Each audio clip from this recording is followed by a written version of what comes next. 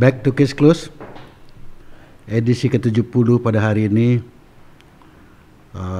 Tim redaksi dari channel Case Close mengundang salah satu orang tokoh yang di tahun 2014 sempat mengundang kontroversial. Tokoh ini adalah Wayan Setiawan dari Badung ya. Badung, Pak. Pada kesempatan ini berbagi cerita di Case Close tentang banyak hal yang menurut orang menganggap konyol atau lucu-lucuan, tapi redaksi Case Close ingin menyampaikan kepada publik melalui channel ini bahwa sebenarnya apa sih yang ada dalam pikiran Wayan Setiawan ini, sehingga pada tahun 2014 itu sempat meramaikan sebuah stasiun TV lokal ya. Iya, Bali TV itu. Ya, Bali TV ya waktu itu, di mana sempat mencetuskan ide untuk melegalisasi Tajen atau mengesahkan Tajen, padahal kita tahu Tajen merupakan salah satu bentuk perjudian yang jelas-jelas juga bertentangan dengan pasal 303 KUHP. Nah, biar publik tidak menjudge secara sepihak atau menjustifikasi secara sepihak, Case Close menginginkan ada penjelasan yang pasti sebenarnya apa sih yang ingin dicari atau yang melatar belakangi sehingga mencita-citakan atau menginginkan pada saat itu untuk melegalisasi Tajen, Pak Wayan Setiawan. Mohon diberikan penjelasan biar publik tahu. Ya. Wah, di sini juga channel Case Close ini adalah channel untuk memberikan edukasi, ya. Benar. Ya, silakan. Sebelumnya terima kasih banyak nih, saya surprise sekali.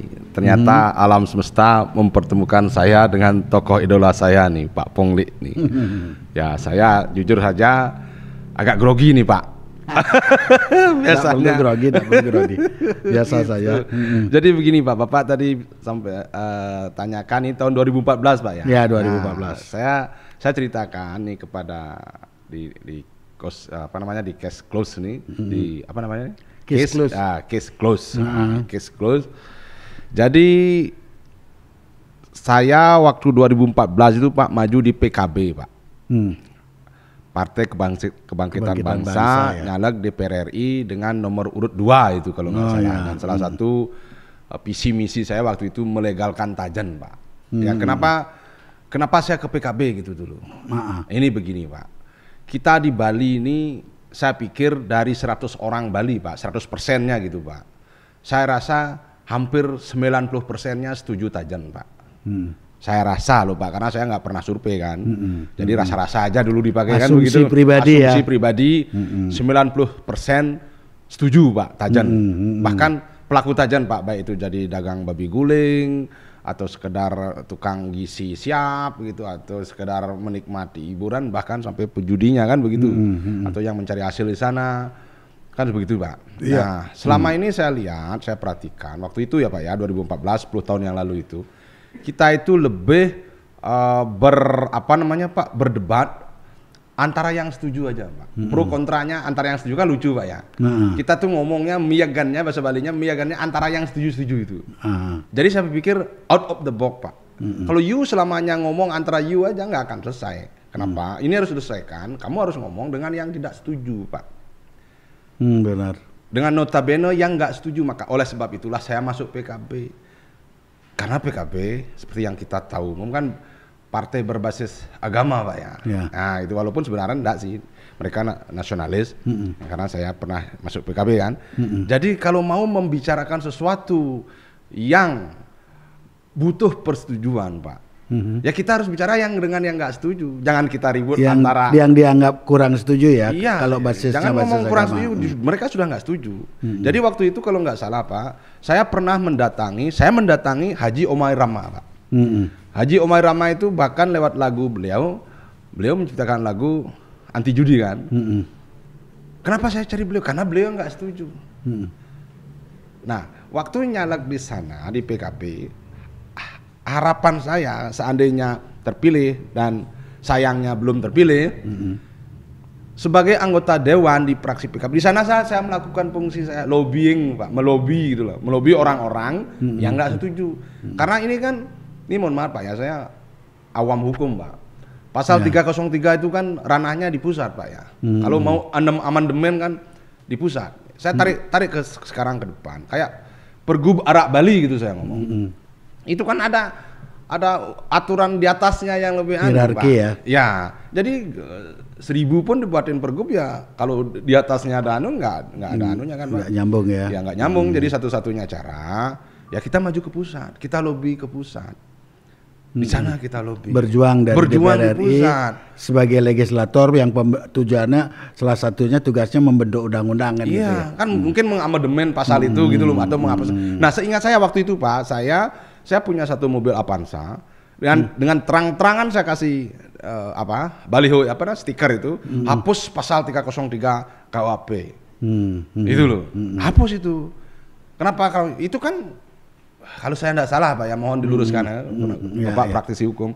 Itu kan pasal warisan kolonial Pak kalau nggak salah itu. Jadi ya kita anti kolonial tapi sebagian dari produk hukum kita yang masih pakai produk hukum kolonial kan Pak. Kenapa nggak kita perjuangkan untuk kita ya minimal lah kita berjuang untuk Bali Pak agar dalam tanda kutip Tajen itu ya bisa dilegalkan di Bali Pak. Karena saya lihat efeknya kalau bilang manfaatnya lebih besar daripada mudaratnya. Kalau Islam bilang manfaat lebih besar dari mudarat kalau dilegalkan Pak. Nah seperti itu. Oh itu yang menjadi dasar pemikiran kenapa ingin melegalkan Tajen. Tajen. Kan karena begini Pak, saya compare judi-judi yang lain Pak ya. Hanya di Tajen uang itu berputar di sana-sana aja. Kecuali wusnya keluar Pak. Ini mohon maaf saya pernah sampaikan. Ini mohon maaf saya belak-belakan aja.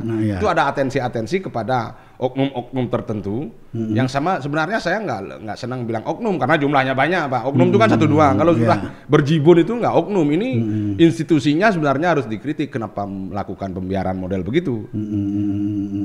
Saya sering kali bilang ini begini. Saya selalu bicara dalam keteraturan tidak ada yang bisa diatur Pak. Dalam ketidakteraturan banyak yang bisa diatur. Ini mohon maaf Pak ya, saya sampaikan. Kejadian sekarang ini, Tajen-tajen itu notabene yang diselenggarakan baik di desa maupun kota itu, emangnya di desa kota itu nggak ada Babin Kamtibmas Pak? Kok didiamkan? Ada apa ini? Kalau saya menuduh, saya kan harus punya bukti Pak. Tapi kalau saya menduga, kan nggak perlu bukti. Nah saya menduga terjadi sesuatu Pak. Nih sebagai contoh nih, Tajen di Mertajaya itu Pak. Itu dekat Poltabes kok. Itu suaranya gini, kok dibiarkan? Kan ada sesuatu Pak. What happened gitu loh, ada apa ini? Nah makanya seperti itu, saya maksudnya, saya cuma punya prinsip, legalkan saja itu. Sebab sekaligus saja legalkan. Legalkan. Ya? Biar dapat juga pemasukan untuk ke daerah atau pemerintah kan gitu ya. Dan kita kan gini loh Pak, ini mohon maaf Pak ya. Waktu kemarin sempat tuh 1-2 hari ditutup kan di Mertajaya Pak ya. Itu ada bobotoh dari Kalimantan Barat ngomel-ngomel Pak karena kesini nggak ada Tajen lah. Ya kan? Kalau itu dilegalkan Pak, sektor pariwisata tertunjang semuanya Pak. Bobotoh tuh berani Pak datang. Oh sekarang ada Tajen di Bali, ayo tenang. Kan gitu Pak ya. Ayo senang sewa hotel atau apa. Kan berani. Kalau sekarang gimana Pak? Baru pergantian Kapolda aja Tajen ditutup Pak. Ada tembak-tembakan gitu. Apa itu? Lah kan seperti itu saya sebagai orang Bali Pak dan sekaligus bobotoh Pak nggak terima dengan hal-hal seperti itu. Pilihannya hanya begini Pak. Kalau nggak bisa dilegalkan, aparat hukum jangan melakukan pembiaran hukum. Tutup semua itu. Berani nggak? Nah itu loh Pak. Waktu itu. Berarti itu salah satu alasan atau kenapa bercita-cita ingin masuk ke PKB, ke DPR RI untuk memperjuangkan sebuah aspirasi legalisasi atau melegalisir Tajan ya? Ya, kalau waktu itu karena PKB yang menampung saya dan saya lihat PKB juga rumah yang pas waktu itu Pak ya, tahun 2014 nih. Kenapa? PKB itu berbau religius. Jadi 100% dipastikan bahwa mereka tidak akan setuju Tajan. Dengan masuknya ke sana, saya bisa ngomong. Kenapa you nggak setuju? Itu loh, kenapa you nggak setuju? Ini situasinya begini. Ya kalau saya masuk partai lain, anggaplah PDI Perjuangan gitulah, ya nggak ada artinya karena ya nggak akan so-so gitulah Pak. Nah, waktu itu Pak. Nah, jadi apa? Saya juga sekaligus ingin memberikan ya klarifikasi kepada bobotoh-bobotoh seluruh Bali. Nggak ada niat saya sebenarnya untuk tidak, ini untuk bagus karena dengan dilegalkan Anda akan bebas. Contoh nih Pak Pungli nih mau mengadakan Tajan, boleh nanti Pak kena pajak, Pak bayar pajak, siapapun boleh, saya pun boleh. Masukkan tuh sektor ekonomi kan jadinya. Si A atau kelompok masyarakat atau individu boleh menyelenggarakan terus sepanjang memenuhi syarat dia bayar pajak, dia memenuhi ketentuan berlaku, boleh kan? Kan ada pemasukan buat pemerintah, buat daerah. Daripada sekarang mana pemasukan buat daerah? Terus kalau sampai satu Tajan Arena yang cuknya itu uang masuknya itu sampai 50.000 dan dihadiri hampir ribuan orang dan dekat dengan kantor polisi besar, Poltabes itu saya bilang Poltabes itu. Apa polisi di Poltabes itu tuli semuanya? Ini Wayan Setiawan yang ngomong nih, Bapak tuli. Saya ingin tanya Anda, sebagai polisi Anda ngapain? Apa Anda nggak punya jajaran di bawah untuk mengetahui bahwa ada kegiatan yang melanggar pasal 303? Kan seperti itu. Ya. Berarti ini juga sebuah bentuk komplain atau koreksi terhadap aparat jadinya kan gitu ya? Ya iyalah. Orang yang institusi yang paham hukum melakukan pembiaran hukum. Ini kan bentuk pembiaran hukum. Betul. Ya kan rugi dong rakyat menggaji bapak-bapak nih yang seragamnya sampai bintangnya sampai berjejer 4 itu. Tapi ada hal-hal semacam ini dibiarkan. Ini kan pembiaran.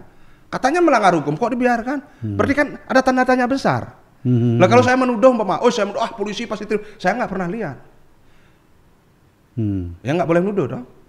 Tapi kalau saya menduga, patut saya menduga. Kenapa begitu? Anda kok diam? Terus sekarang pun masih diselenggarakan di banyak tempat. Anda kok diam? Apa gaji Anda kurang? Ya. Kalau kurang berhenti jadi polisi, jadi kayak saya. Ya, betul.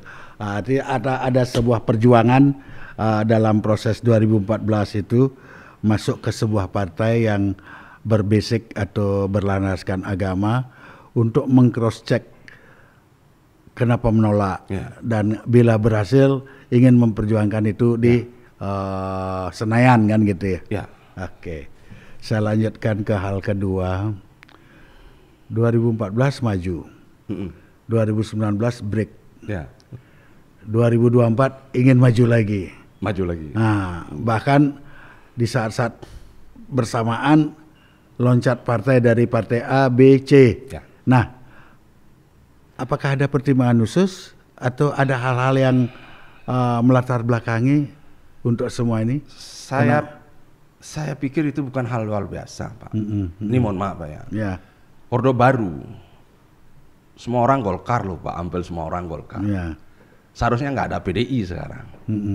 Jadi Golkar ke PDI, PDI ke Golkar, ya hal biasa saja. Lagi pula saya secara pribadi itu menganggap parpol itu hanya sebagai rumah Pak ya. Jadi kalau saya nggak nyaman ya saya tinggal pergi aja. Pindah. Kalau gitu rumah itu milik saya jual. Kalau rumah itu sewa nggak saya perpanjang sewanya. Kalau saya nginap, saya tinggal aja, saya permisi, saya nginap tempat lain, kan seperti itu Pak. Jadi saya bukan orang fanatik harus saya ini partai A tulen, darah merah begini. Omong kosong itu Pak, ujung-ujungnya duit Pak. Oh ya? Ya nggak ada, saya nggak perlu fanatisme berlebihan begitu. Jadi saya anggap itu hal yang biasa lah Pak. Siapa sih nggak tahu Pak, Golkar itu orang Gerindra, orang apa itu semuanya orang Golkar kan Pak. Orang Nasdem juga orang Golkar dulunya Pak. Pak Surya Paloh juga orang Golkar dulu. Pak Prabowo juga orang Golkar dulu. Orang PDI juga banyak orang Golkar dulu. Terus siapa? Dulu Tabanan tuh paling Golkar zamannya Pak. Siapa itu Pak Bupati? Sunrio semuanya. Sekarang paling PDI. Terus apa? Apa istimewa? Nggak ada bagi saya. Nanti juga kalau Nasdem menang paling Nasdem mereka semuanya. Itu umpamanya. Kan tergantung situasi. Saya pindah partai karena keadaan harus begitu. Ini yang terakhir nih Bapak, saya kasih jawaban langsung. Saya nyalek di Hanura Pak, saya diterima baik-baik di Hanura, tetapi di tingkat provinsi Pak. Nah kan nggak nyambung jadinya. Terus ada tawaran dari Nasdem, saya diberi kesempatan untuk maju di RI yang mana saya pikir oh ini tempat yang tepat untuk saya maju di Nasdem. Nggak masalah. Sekarang majunya melalui Nasdem. Nasdem sudah masuk di daftar sementara sudah. DCS sudah. Dari Dapil Badung. Dapil Bali. Oh Dapil Bali. Ya RI. Ini RI. RI saya Pak. RI. Landasan berpikirnya sekarang itu seperti apa? Kenapa ke Nasdem dan ke DPR RI? Apakah ada pertimbangan politis atau hanya pragmatisme? Enggak Pak, ini kan proses panjang Pak. Saya orang konsisten loh Pak. 2014 saya ngomongin Tajan, sekarang pun saya masih ngomongin Tajan. Cuma momentumnya aja 2019 saya nggak dapat momentum. Itu kan. Jadi 2024 saya dapat momentum, saya tetap ngomong itu. Akan berbicara soal Tajan. Iya karena nanti kalau kita nggak bicara soal ini dosa yang akan kita wariskan kepada generasi setelah kita Pak. Saya dan Bapak akan berdosa loh, khususnya Bapak loh, seorang praktisi hukum, Bapak akan mewariskan dosa yang besar kepada generasi setelah kita ini. Mohon maaf Pak ya, saya harus sampaikan begitu. Jadi sepanjang saya masih bernapas, saya lakukan apa yang terbaik yang bisa saya lakukan. Soal hasil saya nggak pikir itu. Orang pilih saya oke, nggak pilih saya nggak stres kok, biasa aja. Buktinya 2014 saya biasa aja. Hidup saya, makan saya. Gitu loh, nggak ada soal itu. Cuman kewajiban untuk mengedukasi masyarakat harus saya lakukan Pak. Itu fitrah saya hidup gitu loh Pak. Jadi nggak bisa saya. Nanti kan begini Pak, kalau kita mati, apalagi kita sebagai orang Hindu Pak ya, nanti pasti akan diomongin oleh generasi setelah kita Pak. Pidan kak yo nak kene, pidan leluhur yo nak kene. Oh benar yo kene. Gitu Pak. Akhirnya ada pembenaran, ada cerita yang akan digoreskan di generasi selanjutnya ya. Itu yang kita wariskan Pak. Bapak boleh punya Mercy, tapi Mercy nggak Bapak bawa mati. Kalaupun Bapak tinggal hidup sekian tahun dia akan rusak. Tapi kalau apa yang seperti saya lakukan sekarang ini, apa seperti Bapak lakukan, itu akan menjadi catatan ya. Catatan Pak. Berarti untuk membuat sejarah untuk diri sendiri yang kalau positif itu biar dikenang oleh generasi selanjutnya. Positif negatif itu seiring waktu aja.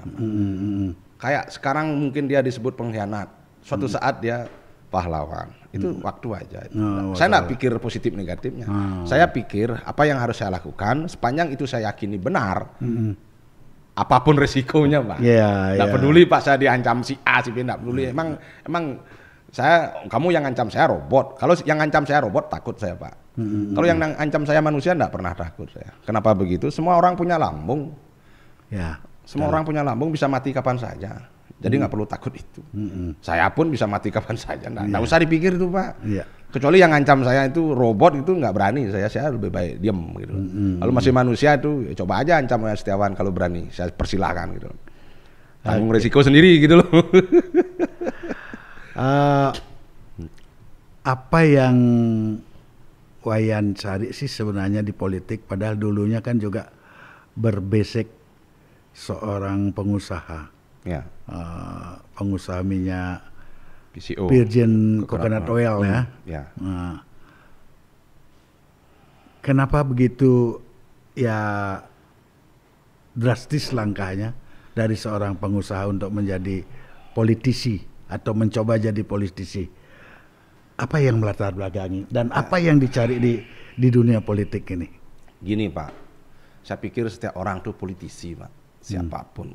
Ada orang yang ngomong, oh saya nggak berpolitik gitu dia. Tapi dengan omongannya dia tuh dia sudah berpolitik dengan nggak berpolitik praktis, gitu loh Pak, ya kan? Seperti saya sampaikan tadi, ini fitrah saya hidup. Saya melihat sesuatu yang nggak benar, Pak. Yang harus diperbaiki. Ya saya harus maju. Atau saya menanggung beban dalam gitu loh Pak. Nggak ada tujuan apa biar kaya. Nah, saya sudah merasa kaya kok. Kenapa saya merasa kaya? Saya nggak perlu beli peralatan podcast sebegini mahal hanya untuk bisa podcast. Saya dapat gratis dari Bapak. Kan saya kaya Pak. Nah itu saya kaya itu masalah perasaan aja Pak. Jadi kalau Bapak tanya apa sih yang dicari, enggak nyari apa-apa. Saya menjalankan fitrah hidup saya aja. Oh berarti hanya menjalankan fitrah, ya. Ingin mengkonkretasi apa yang menjadi pemikiran-pemikiran sendiri untuk kepentingan orang lain yang mungkin bisa menerima ya. Ya kan nggak perlu, banyak orang yang kontra enggak apa-apa. Nggak apa-apa. Wajar memang hidup itu isinya 2 plus dan minus. Saya nggak pernah marah orang kontra dengan saya, nggak apa. Ngapain marah, itu hak mereka kok. Saya nggak dipilih pun nggak marah. Ya betul. Ngapain marah? Orang ini pesta demokrasi, pesta loh Pak. Ingat nih Pak, pesta demokrasi. Kalau pesta sudah marah-marah bukan pesta Pak. Pesta itu harus happy. Ya. Umpama nih Pak Pungli nggak pilih saya, nggak ada urusan. Silakan aja. Apa urusannya? Nggak ada. Gitu loh. Tapi kalau saya bisa lihat Bapak tersenyum gitu, menertawakan saya, itu kan yang kan gitu Pak. Saya setidaknya berkontribusi positif kepada orang-orang yang bersedia menertawakan saya kan. Membuat orang senang. Iya kan, itu karma baik kan Pak, kan seperti itu. Memang mungkin dianggap nyeleneh tapi punya alasan untuk itu kan gitu. Saya punya alasan kuat Pak, ini realita Pak. Siapa yang nggak tahu Tajen Pak? Siapa yang nggak tahu menceki sampai itu turnamen kan. Nah, coba pikir tuh. Kenapa kita munafik? Jangan munafik lah. Gitu loh. Saya setuju ini contoh Pak, termasuk ini kalau menyimpang sedikit Pak, keluar dari tema Pak ya. Kayak prostitusi. Saya setuju kok prostitusi itu dilokalkan. Jangan dibubarkan kayak di Doli itu dibubarkan, terus mengidentifikasi para prostitut tuh bagaimana? Kan nggak bisa. Kalau dilokalisasi kan bisa. Umpamanya saya nih doyan cari gitu nih, terkam sudah wajah saya, Setiawan suka ngelonte kan gitu. Oh Pak Pungli suka ngelonte kan gitu. Sekarang kalau dibubarkan kan nggak terdeteksi Pak. Iya kan? Nah seperti itu. Sama dengan Tajen juga begitu.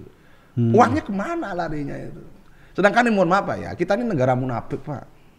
Munafik kita. Judi online sampai sekarang masih loh Pak. Masa sih nggak bisa nutup judi online? Menkominfo itu memblokir situs online, masa sih nggak bisa? Bisa tapi nggak mau, mungkin besar itu nggak apa-apa, itu perputar waktu. Nggak tahu. Kenapa enggak? Kita ngomongin dilarang judi online. 131 pasaran loh Pak setiap hari. 131 pasaran setiap hari. Belum lagi yang slot, belum lagi yang bikin tukang yang miskin. Kita diem, nggak diem Pak. Lebih baik saya lebih setuju judi itu kayak zamannya Porkas Pak, SDSB. Negara terlibat Pak. Jadi ada keterlibatan negara mengatur Pak. Siapa boleh, siapa nggak boleh, jelas Pak. Kalau sekarang Bapak jawab sendirilah, Bapak praktisi, mengertilah. Tapi saya bukan orang yang, saya tidak senang pura-pura tidak tahu Pak. Kalau A ya A, kalau B ya B. Oke. Terus dengan sikap atau pola pikir, alam pikir seperti ini, kalau boleh saya tahu menurut Anda pemimpin seperti apa yang dibutuhkan dengan kondisi Bali seperti sekarang ini? Ini saya bicara lokal Bali, apa nasional Pak nih di Bali? Lokal Bali, karena kita berbicara tadi kan skopnya Tajen itu Bali kan. Nah ke depan itu ini kan mau transisi sekarang.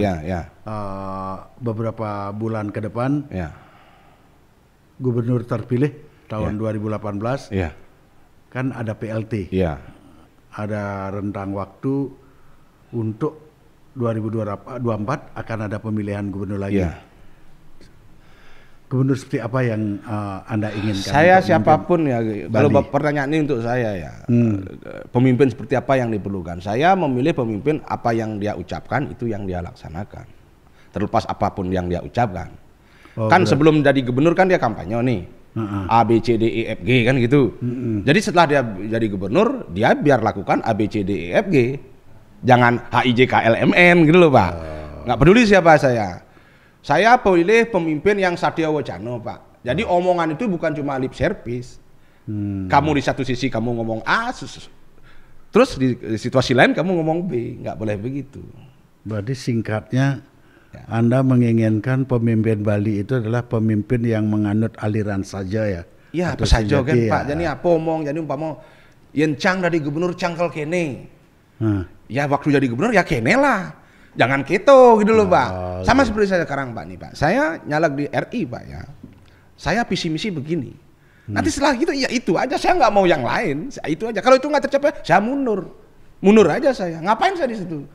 Saya Pak mantan Pekaseh, Bapak boleh cek Pak ya. Saya satu-satunya Pekaseh, Bapak tahu kan Pekaseh? Itu kalian Umo tuh kalian cari itu. Subak lah. Ya kalian Subak. Saya satu-satunya Pekaseh di Badung Pak, bahkan Bali yang mengundurkan diri Pak. Yang lain mana mengundurkan diri kecuali ditangkap polisi itu karena korupsi. Saya Pak yang mengundurkan diri. Alasannya? Ya karena nggak sesuai dengan visi misi saya. Tidak sesuai dengan hati nurani. Iya nggak sesuai. Ngapain saya di sana kalau sudah nggak sesuai dengan visi misi saya? Ya saya keluar. Saya juga perjuru desa adat. Saya penyari desa adat Bung Kasel Pak. Yang mengundurkan diri. Karena Pak saya nggak terima SK saya ditandatangan oleh orang yang jati dirinya nggak jelas Pak. Yang identitasnya jelas. Di KTP-nya namanya A, di Neken namanya B. Bapak ngerti kan maksudnya? Yeah. Emang saya panjaknya dia. Nggak terima, saya mundur saya. Ngapain saya bukan anak buahnya dia kok. Bapak tahu kan maksudnya siapa yang saya omongin kan? Di KTP namanya si A, tapi di surat resmi itu si B. Loh, apa nggak pelanggaran hukum itu? Kok dia masih pongah menjabat? Kalau saya sudah mundur tuh atau mati aja sekalian. Ngapain hidup nggak berguna? Menarik ya kalau gitu ya. Mundur Pak, itu setidaknya saya sudah 2 kali buktikan saya di pengurus nggak sesuai. Mundur ngapain saya di sana? Pekaseh tuh di Bandung sekarang dapat gaji 3 juta loh Pak. Saya nggak perlu itu. Uang itu Pak bisa banyak, bisa sedikit. Nggak masalah Pak. Yang penting ini Pak, mindset kita positif Pak. Alam semesta membantu. Siapa kira saya masuk podcast Case Close ini? Saya dari dulu cuma membayangkan. Sampai waktu Case Close ditutup itu hilang itu. Wih saya nanti podcast dengan Pak Pungli. Saya pikiran itu Pak. Tapi alam semesta membantu, kenyataannya kan saya duduk sekarang ini. Entah bagaimana caranya. Iya kan? Berarti ada kebanggaan ya kalau bangga saya. Kalau saya harus bangga, saya harus terima kasih. Nanti kalau saya jadi DPR, Bapak pertama saya terima kasih Pak. Adalah sponsor saya kan, gitu. Oh gitu ya. Iya kan? Oke, berarti ada nilai positif ya paling positif tidak semua kita harus positif thinking nggak ya, memang ke depan Case Close akan mengharapkan mengundang calon-calon legislator sebenarnya. Adu gagasan Pak, bukan adu visi. Kalau visi saya nggak adu gagasan, adu ide gitu. Adu ide karena kita juga menginginkan siapapun yang akan mewakili Bali di Jakarta biar benar-benar representatif. Iya, jangan ngomongnya lewat-lewat betul, aja, saya setuju. Pak. Diem gitu dapat bansos, dapat pokir 150 juta, 150 miliar selama menjabat terus diem gitu kan apa sih gitu?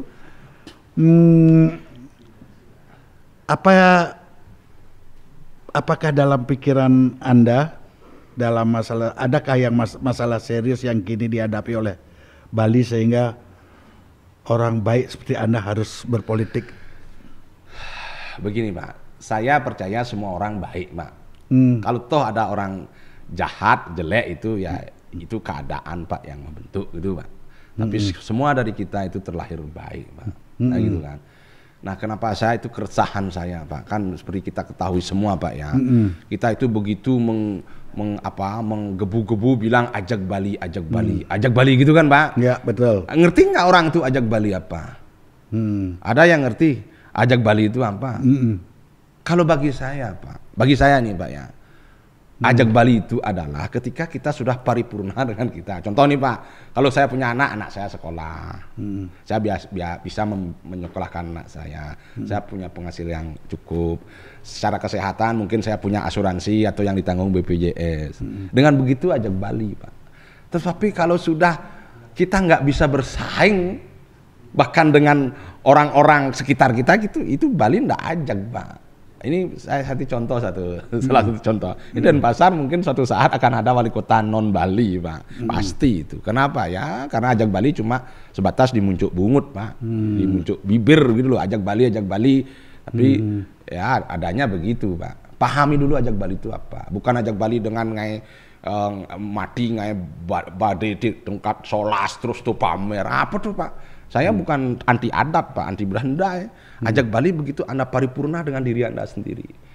Yang kemblanyo sing ngangeh Pak. Kalau main ngidang nyewa Grab yang hujan-hujan, kalau nggak motor san Grab sewa main. Yang bedak ngidang nang beli bir besik gitu Pak. Banyak PD ini ngomong ini. Begitu baru ajak Bali. Gitu ya. Ajak Bali nu mikir cicil, sing ajak Bali Pak. Gitu ya. Berarti kalau ajak Bali menurut konsepnya Wayan Setiawan itu harus sudah selesai dengan hidupnya sendiri. Iya, minimal kalau kita punya keluarga, kita sudah bisa mencukupi keluarga baru aja balik. Saya pernah ada cerita nih Pak. Ini mohon maaf, saya kan pelaku pariwisata juga Pak, sopir saya Pak. Ini mohon maaf, kerjaan sehari-hari saya sopir transport nih. Sekarang ini yang luas istri saya nih karena kebanggaan gitu. Saya, semangat saya, peraturan jalan saya tadi balik lagi Pak. Balik lagi saya di pantai di Double Sik Pak, pantai Double Sik. Ada ibu-ibu Pak. Curhat sama saya. Tempat dagangannya dia diambil oleh orang luar Pak, orang luar Bali gitulah. Saya tanya kenapa diambil? Kan kamu biasanya di sana, kenapa diambil? Ya waktu ini saya pulang kampung odalan 1 bulan. Oh, odal ya Bu, mana gitu dia ya. Itu salah satu Pak. Saya bukan anti adar Pak, tapi saya kasih tahu Pak, saya contoh. Saya Pekaseh Pak. Kalau Pekaseh sebelum saya Pak, kalau odalan di Dugul Pak, H-7 itu Kramo Subak Bongaya Pak. Saya sing Pak. Kalian munduk tuh sangkap yang saya buat perincian kudon lah biaya odalan. Saya beli kan Banten. Beli kemana? Ya ke Kramo saya sendiri Pak, bukan ke orang lain. Pahang Pak. Waktu itu seingat saya habis 18 juta. Pas juta itu saya beli ke Kramo saya. Sing rada nganya Pak. Kramo tuh mau perani kan ke Puro nyakup limo, pamit kan. Berapa itu yang irit Pak? Berapa penghematan itu? Nggak perlu Pak kita ngepenyor besik, gaya itu nang jak selai nyongkok sambil ngortang timpal. Oh ya nu sing ngayah kene gitu. Setiap orang punya kesulitan sendiri dalam hidup Pak. Betul. Tidak bisa disamakan. Weh, ya nu sing ten ngayah kene. Saya pernah dulu bedik cim unyi muka tian cing ngayah sing mulih banjing gitu ya. Mujang cing ngayah ngerenggang. Nawang cing ngayah tuh tulis ikhlas, menti sing tulis ikhlas, do cing ngayah. Jangan kamu ngayah. Contoh cercang, encam udah ngayah sing udah ngayah nosen jang. Sangat santu itu kegenggen. Kemarin di podcast Metro Bali Pak ya, ada pemangku dari Glogor Carik kalau nggak salah. Ngeling-ngeling sepek gen Banyar.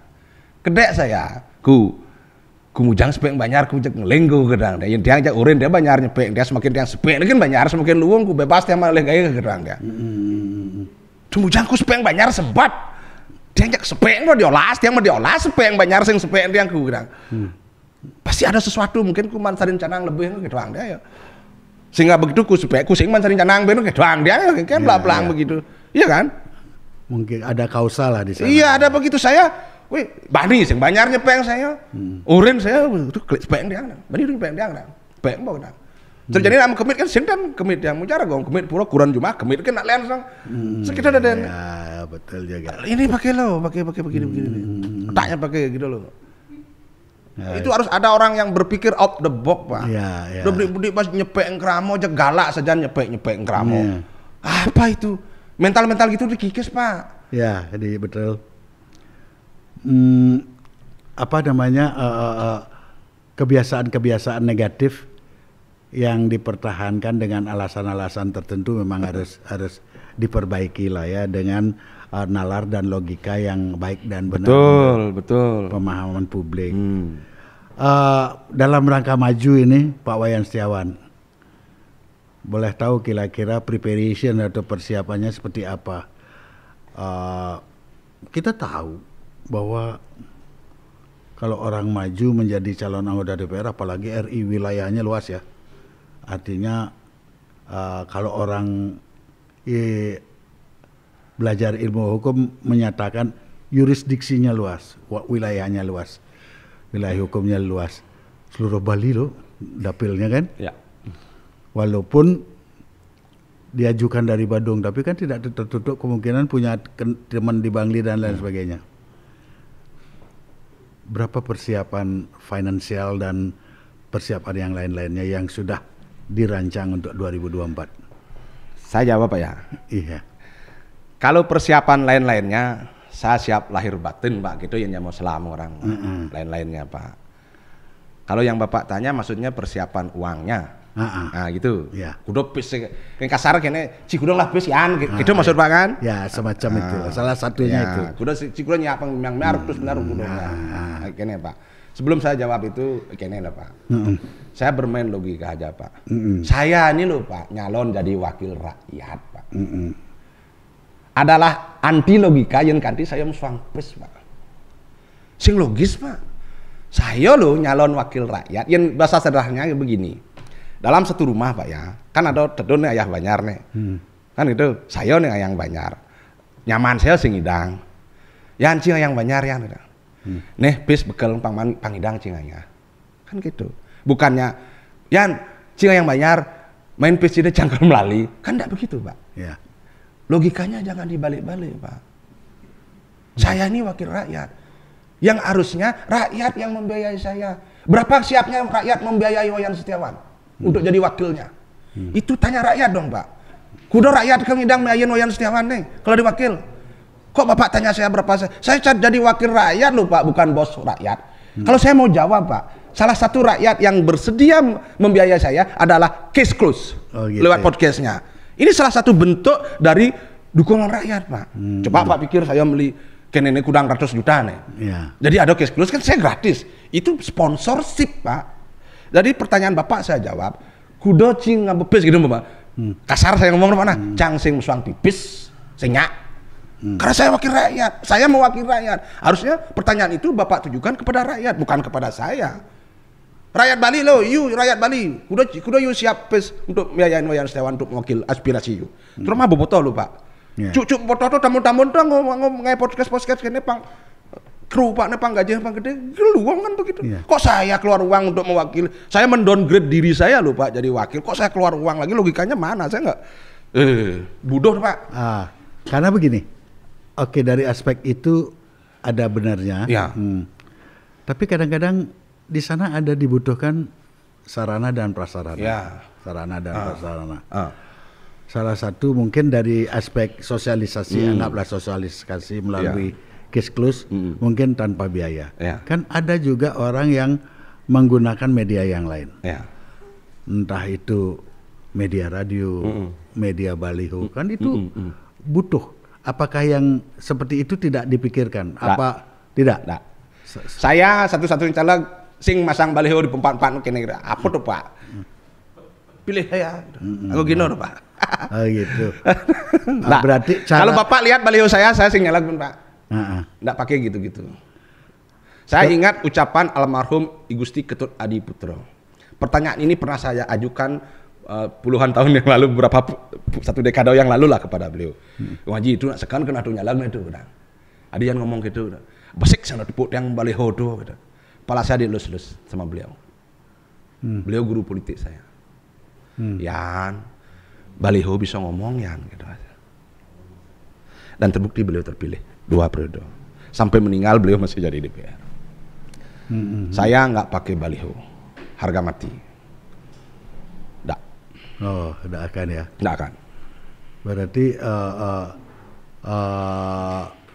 pendekatan yang akan dilakukan adalah pendekatan, karena bahasa tadi dengan menganggap Pak Adi Putra sebagai mentor politik, tidak akan menggunakan baliho. Tidak. Model apa yang akan dipergunakan? Ya seperti ini, saya pertemanan. Saya rakyat yang mensponsori saya. Ini kita kan semua KTP NKRI nih. Bapak pegang nik kan, Bapak rakyat kan. Salah satunya sponsor saya berani declare Pak Nyoman Pungli Sudiantaro sponsor saya, salah satunya. Sponsor saya. Semua yang terlibat dalam acara ini adalah sponsor saya. Seperti itu, Pak. Kalau toh saya nggak terpilih karena saya nggak punya uang, nggak masalah, Pak. Saya bangga, sing dari DPR ulian meli, Pak. Bunuh tuh, Pak. Ada yang Pak bangga, saya bayarnya 500, pilih cang 500. Saya Wayan Setiawan tidak bangga, Pak, jadi DPR karena beli-beli suara, Pak. Saya punya tanggung jawab moral yang harus saya wariskan, legacy saya harus wariskan kepada generasi selanjutnya, Pak. Gitu loh, Pak Mani. Mohon maaf nih. Mungkin terlihat naif, saya enggak, Pak. Kenapa? Harga yang harus saya bayar ya mungkin enggak terpilih, enggak apa-apa. Toh saya bisa melanjutkan hidup, Pak. Saya punya skill, saya bisa bikin sabun, saya bisa bikin arak, Pak. Kalau Bapak mau punya, saya kasih arak, Pak. Bapak mau punya, saya kasih arak, Pak. Daripada Bapak minum red label terus, saya kasih arak Bali, Bapak. Gitu ya. Nah, saya satu-satunya pengrajin arak di Badung, catat loh, Pak. Satu-satunya loh, Pak, di Badung, saya. Nah itu loh, saya punya skill, saya bisa bikin sabun, bisa bikin PCO, bisa bikin balsam. Jelek-jelek orang sabuk pengliang, ini bisa saya nggak, Pak. Gitu. Seperti itu. Jadi apa yang saya takutkan, saya orang bekerja, tangan saya 2 kok. Nggak mati saya kalau nggak jadi DPR. Ya, artinya ini panggilan jiwa untuk memperjuangkan sebuah aspirasi. Ya, walaupun ada harga harus dibayar nanti umpama karena saya ngomong nggak ada pilihan, nggak apa-apa. Berarti rakyat Bali masih senang dengan DPR 4D, Pak. Ya silahkan saja. Nggak apa-apa itu. Apa 4D itu? Ya datang, duduk, dapat duit kan. Oh, datang, duduk, dapat. Iya kan, ya senang itu pilih aja mereka yang 9 incumbent kami pilih aja, nggak apa-apa. Apa urusan saya? Itu hak mereka, hak konstitusional mereka. Hak saya apa? Hak saya cuma menyuarakan saya aja. Dan saya bilang, makanya saya tadi bilang, kalau rakyat ingin punya DPR macam saya modelnya, ya biayai saya dong.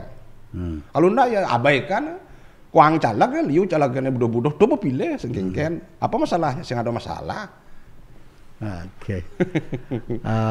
Waktu akan memisahkan kita, tapi sebelum berakhir, saya ingin menanyakan dua hal dulu. Ya Pak, siap Pak. Ya, pertama Wayan Setiawan itu dalam waktu hampir berdekatan, pindah partai pindah partai. Terus kalau kita korelasikan dengan pemilihan presiden, partai-partai yang dipilih ini kan ada berseberangan soal. Ya, ada yang Ganjar, Prabowo lah gitulah. Gitu ya. Ada yang Anies. Ada yang Anies. Sekarang Anies Pak. Ya kan. Sekarang Anies ini. Kan sekarang Anies kan Nasdem. Karena Nasdem. Ya. Artinya itu juga pilihan karena di partai atau karena aspirasi pribadi? Begini Pak, sistem perpolitikan di kita itu kan partai Pak. Kalau kamu masuk partai apapun itu konsekuensi. Jangan kamu jadi kader Nasdem tapi kamu milih Ganjar. Jangan jadi kader PDI tapi kamu milih Anies, jangan begitu. Saya ya harus sesuai dengan apa rumah besar saya dong. Kalau pas saya di Nasdem pilih Anies, saya all out dengan Anies. Karena itu konsekuensi Pak. Ya kita waktu di Hanura pilih Ganjar ya saya pilih Ganjar. Karena itu kan instruksi partai gitu dulu Pak. Mohon maaf Pak ya.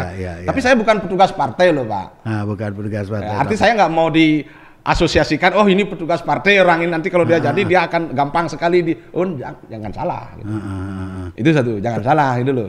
Ini kan kita bicara dulu karena kalau saya sekarang ini mohon Pak logis saja Pak ya. Kalau saya ditanya umpama nanti kamu siapa pilih? Kamu pilih. Oh saya pilih Ganjar. Emangnya pengurus Nasdem mau masukin saya calegnya mau? Oh saya mau jadi caleg Nasdem tapi saya pilih Ganjar ya. Emangnya Surya Paloh mau? Enggak kan Pak? Ya gitu loh. Jadi pasti saya ikutin rule itu. Tetapi dalam hal aspirasi rakyat Pak. Ini catat Pak ya nih ya. Mudah-mudahan saya terpilih Pak. Saya enggak akan bisa diintervensi oleh ketua umum sekalipun. Enggak akan bisa. Saya lebih baik mundur dipecat daripada saya diintervensi dalam hal membicarakan aspirasi rakyat Pak. Oh, berarti beda ya? Beda anunya itu Pak. Artinya aspirasi rakyat dengan nurani pribadi itu beda. Berarti tetap harus mengikuti aturan partai. Saya kan sekarang caleg kan ada proses rekrutmen kan Pak. Kan enggak mungkin saya masuk ngomong saya pilih lain kan enggak. Oh iya. Itu kan logis kan. Betul. Saya kan harus taat kan. Betul. Berarti tetap menggunakan aspirasi partai dalam proses pencalegan. Dan setelah seandainya jadi akan memperjuangkan aspirasi publik. Meskipun mungkin nanti berseberangan dengan keputusan partai. Begitu ya? Oke, berarti sah-sah saja karena kebebasan seorang berbicara dalam kapasitasnya sebagai politisi yang terikat pada partainya, dan kalau direkol ya harus kita siapkan. Terima dong. Kalau enggak kamu bikin aja partai baru, partai apa kayak gitu. Bikin partai sendiri, urus sendiri kan gitu. Atau bajak partai orang gitu kan bisa kan. Seperti itu. Oke, Wayan Setiawan, karena waktu juga yang harus menutup pembicaraan kita. Sebelum saya tutup pembicaraan ini atau bincang-bincang ini sebagai bentuk edukasi kepada publik atau pemberian pemahaman kepada publik, saya ingin menanyakan yang terakhir. Dengan maju sebagai kader Nasdem dalam Pileg 2024 nanti, apakah masih platform mengedepankan legalisir tajen atau judi lah? Masih Pak. Akan tetap menjadi platform dasar? Masih ya? Masih. Konsisten ya? Iya masih. 10 tahun saya sudah konsisten. Saya nunggu waktu ini Pak, kayak ular saya Pak. Saya nunggu waktu untuk nerekam aja. Gitu ya? Kalau 2024 saya nggak bisa nerekam, 2029 saya tunggu. Sepanjang hayat masih di kandung badan. Ini sudah terbukti Pak. 2014 saya tajan, 2019 saya karena tidak dapat momentum, 2024 datang. Okay. Karena ini harus saya tinggalkan sebelum saya dipanggil olehnya, Pak. Oh gitu. Artinya selama hayat di kadang-kadang kayak lagu wajib kita waktu SD ya. Itu. Oke, kalau memang seperti itu tetap berarti saya mengucapkan selamat kepada Wayan Setiawan. Selamat berjuang, mempersiapkan segala sesuatunya. Mudah-mudahan kami dari Kesklus, redaksi Kesklus dan tim Kesklus mendoakan supaya berhasil memperjuangkan aspirasinya sendiri untuk rakyat Bali dan terpilih menjadi anggota DPR RI tahun 2024-2029. Maka pertemuan ini saya tutup dengan Brahma Santi. Om Santi Om.